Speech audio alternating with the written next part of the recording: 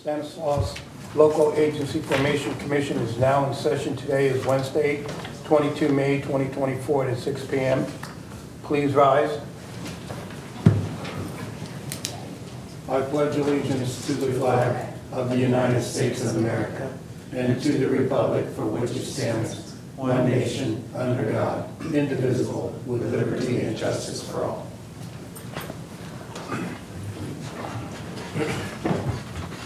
Go fast. All right, introductions of commissioners. Amy Bublak, city member. Richard O'Brien, city member. Bill Berryhill, community member. Javier Camarena, assistant executive officer. Sarah Lettle-Penny, executive officer. Rob Tiro, LAFCO counsel. Jennifer Vieira, commission clerk. At this time, we'll have public comments. People may comment on items not listed on the agenda. All persons wishing to speak during the public comment portion of the meeting are asked to fill out the speaker cards and provide them to the commission clerk. Each speaker is limited to 3 minutes. No action can be taken and no time can be allotted to others. Do we have public comments? Gary Pearson, please.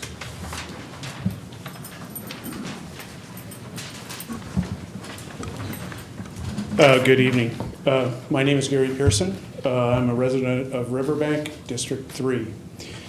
I'm a lifelong farmer. I retired from UC Davis after working there for 37 years, and also a career technical education specialist. I come from a fourth generation family farm and nurturing the next generation. First, I'm opposed to the Riverwalk project. This project would potentially remove about 1,000 acres of prime ag land and replace that ag land with 2,200 homes.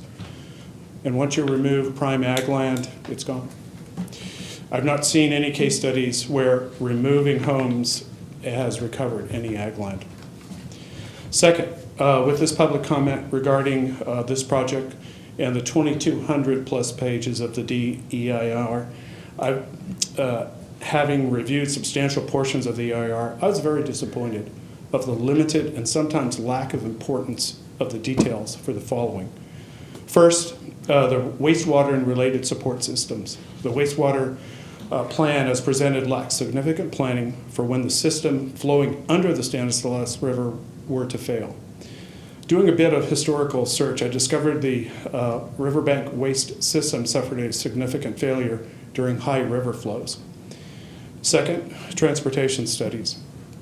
I reviewed the study and conclude that while the EIR keeps saying certain areas of air quality, roads, construction, and traffic will impact the project, it does not clarify what those mitigation measures are and how those mitigations will be followed and monitored. In essence, the EIR is kicking it down the road. I assume this means the city of Riverbank. My read on this would be an additional financial obligations to the city of Riverbank that are not detailed in the EIR. Levee and flooding. The site has a levee which was built some 50 years ago and has had several breaches, resulting in the lower portion of the project to be underwater for weeks until repairs and drainage occurred.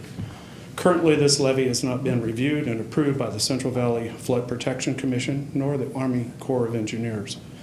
Currently, as observed, the levee has rodents, mature trees, and substantial biological activities and numerous repositories to mention here. And finally, the city of Riverbank, in its approved 2016 sphere of influence, has substantial space for many additional homes in all categories, including tiny homes, low income, moderate, and high end. The city needs to infill like the rest of the region and preserve the agricultural lands, including Williamson Act land that will secure for the future generations of farmers in all categories of farming. Thank you for taking my comments. Jamie Agers.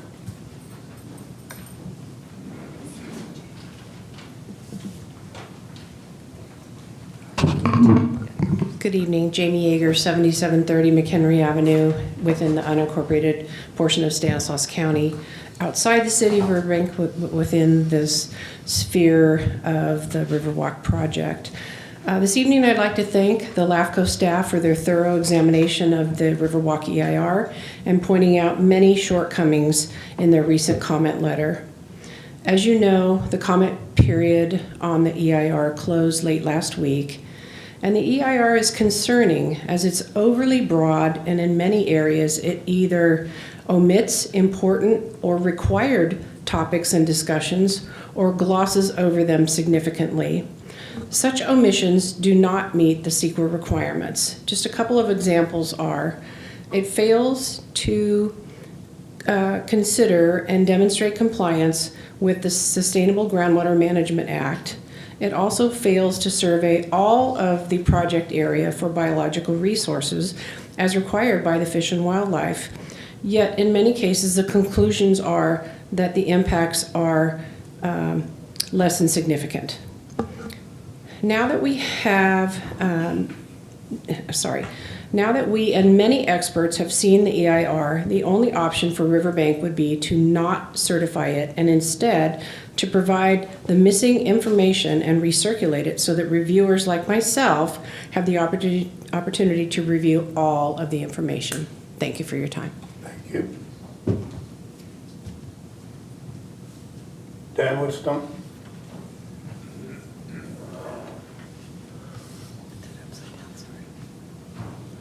Good evening, my name is Dan Whetstone. I live at 7824 McHenry Avenue. My home overlooks the river bottom. As I said last time I was here, this project should be like the last project done in this area, not the first. I could see building out from the few miles out from Riverbank, and then maybe building up on the bluff, and then saving us prime farmland for generations. This doesn't make sense to me to build, start there and work back.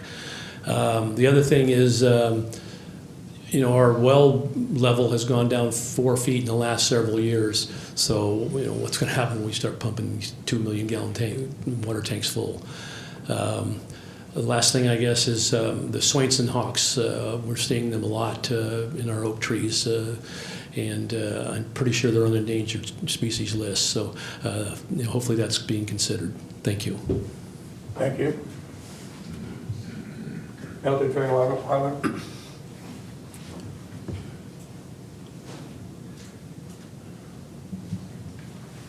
I have a handout up there for you. Please take a look at that.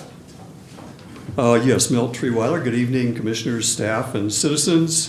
First of all, I'd like you to look at the green part of this map, the green side, and you'll see that this is actually the assessed land uses.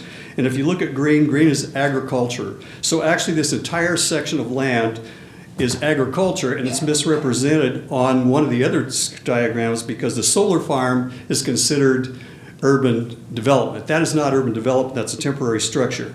So in other words, this whole thing is prime farmland except for Morris Nursery, the gun club, and one little house on the northeast side.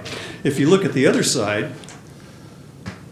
you'll see what this farmland looks like, and you can see by this it is 100% farmland. It's 100%, except for those two little small areas. Land set aside for permanent preservation shall be equal or better in soil quality, have a dependable and sustainable supply of irrigation water, and be located within Stanislaus County and not previously encumbered by a conservation easement of any nature. It's not possible to mitigate the loss of this prime farmland because there's no other farmland in Stanislaus County that's equal or better than this farmland. The farmland within the specific plan area and outside the specific plan area is prime farmland plus 148 acres of riparian habitat. The majority of the land is in the specific plan area is flood plain.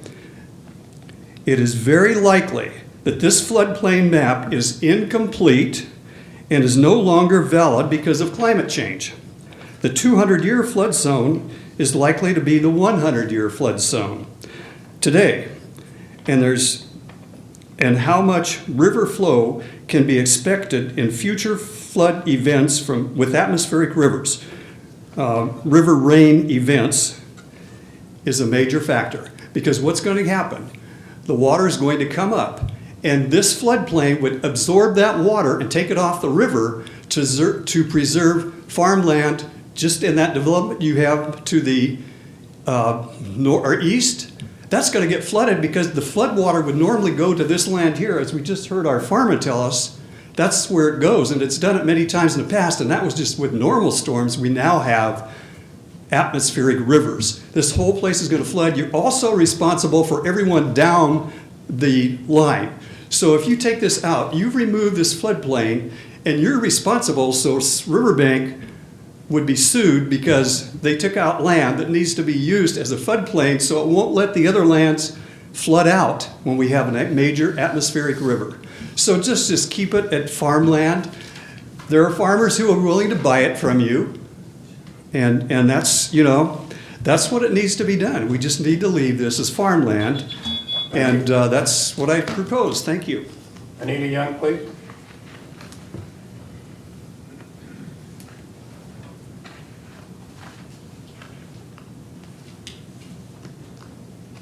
Good evening. I'm Anita Young. I live at 1003 Coldwell Avenue in Modesto.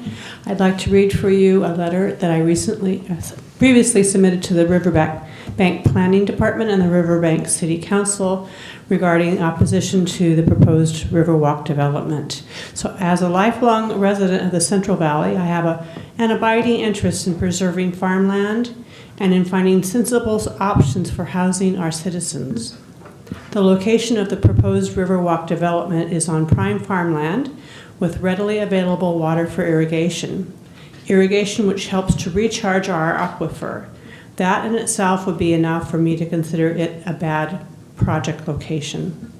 The city of Riverbank is asking to annex this parcel when it is actively developing recently annexed land southeast of town on land which is of much lesser quality.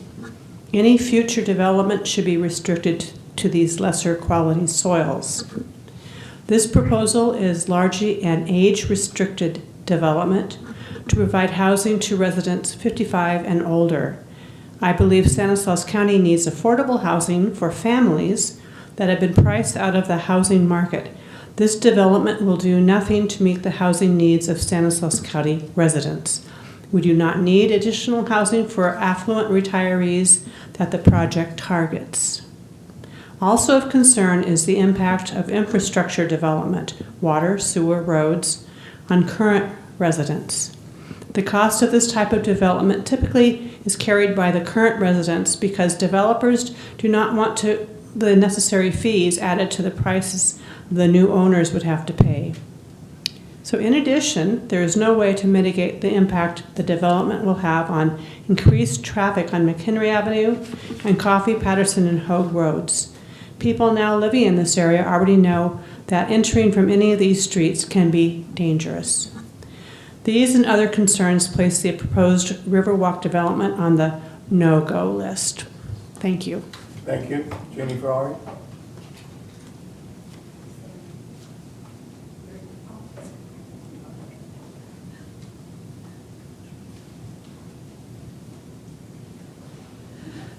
Jeannie Ferrari, I live in Turlock, and thank you for the opportunity to speak. I'm certain you're aware that very few citizens in Stanislaus County know of this agency or understand the purpose and powers of LAFCO. And for those of us who know about California's statewide program, it's a sobering fact that 5 individuals, well, actually 3 individuals, have the final say on when farmland is protected and when and where the 9 cities in the county can direct growth. It's sobering because the decisions of 3 individuals not only impact the lives of today's populations, but also every generation thereafter. That brings me to why I'm addressing this powerful agency. I've lived in Stanislaus County my entire life and seen our cities grow. I've also watched our population grow. I'm here to ask you to make the very best long-term decisions because once we pave over the county's farmland, it will never produce food again. More significantly, once our cities sprawl, the inherent problems sprawl creates will seldom be undone. The City of Riverbank has asked this agency to grant it permission to expand its borders. There are many, many valid reasons to deny the annexation. The most obvious is that the city annexed 1,500 plus acres in 2016. Much of that land is still available for urbanization. Please look to the future where the 9 cities in Stanislaus County infill every inch of a city before expanding. Direct growth to the poorest soils while protecting our prime farmland. And look to the cities in Europe that have for centuries built up, not out. Look to Los Angeles County. For 40 years, until 1960, it was the nation's most productive ag county. It is now the poster child for sprawl. Each city in the county looked outward to grow. Each city expected the next city and the next county to protect the farmland. This amazing resource, some of the world's most protected farmland, shouldn't be paved over if we haven't first built in, built up, and grown sustainably. Thank you. Thank you. Is there any other public comment? Okay, we're going to move forward. Correspondence? There's no additional correspondence other than what's noted on the agenda. Thank you. Any declarations of conflicts? No. Okay, consent items consisting of minutes from April 24th and the schedule of fees and deposits updates. Move to accept. Second? All in favor? Aye. Any opposed? No. Public hearing. Final LAFCO budget for fiscal year 2024-2025. And Sarah? Yes. And this will be fairly quick. Go ahead and go to the next slide, Javi. So there are no changes proposed from the last budget hearing that we had last month for fiscal year 24-25. That budget included an overall increase of 9% to our operating expenses. Go ahead and go to the next slide. And this is just a quick chart of what that actually looked like compared to the current year. We're able to offset agency contributions by $10,000, and we expect similar application revenues for this upcoming year of $20,000. So the agency contributions will be, of course, less than the overall budget for LAFCO. Just quick highlights, and we discussed these during the last meeting, so I won't go fully into them, but the budget overall includes the salary and benefit increases that are associated with the county's employee system, which we fall under. There's an additional $7,200 for an IT project that's to upgrade our file management system. And then, of course, using $10,000 in what we expect to be excess fund balance to be applied to offset agency contributions. And with that, I will very quickly say that the staff recommendation is to go ahead and adopt resolution number 2024-07. That'll approve the final budget. That'll also direct staff to notify the funding agencies and will request that the auditor conduct his portion of the process to collect the expenses. Okay, thank you. Is there any discussion? Oh, before I open it up for a public comment? Sure. A question. How much should we look into and who handles any of the cyber issues that are becoming more prevalent? So we do fall under the county's IT system, and they have cybersecurity projects that are ongoing that also are applicable to us. So anytime that they adopt a new program, which they have a new multi-factor system that's coming out that'll affect us as well. All of our files, all of our online activity is run through their system, so we do benefit from the economy of scale of benefiting from their security. Okay, thank you. So Sarah, we're supplementing 10 grand, and so going forward, where does that leave LAFCO? I mean, how do you get that back? How do you explain that a little bit? Yeah, so we're required anytime we have excess fund balance, and that's in excess of what we've already put aside for reserves, to give that back to the funding agencies. If next year we need to increase reserves, it may be that we don't have anything to credit back to those agencies. And I think we've been seeing over even the last few years that amount of excess fund balance has been reduced. And that's the way it's supposed to be. We're not supposed to be, of course, profiting or, Right. Yeah. Okay. All right. This is a public hearing.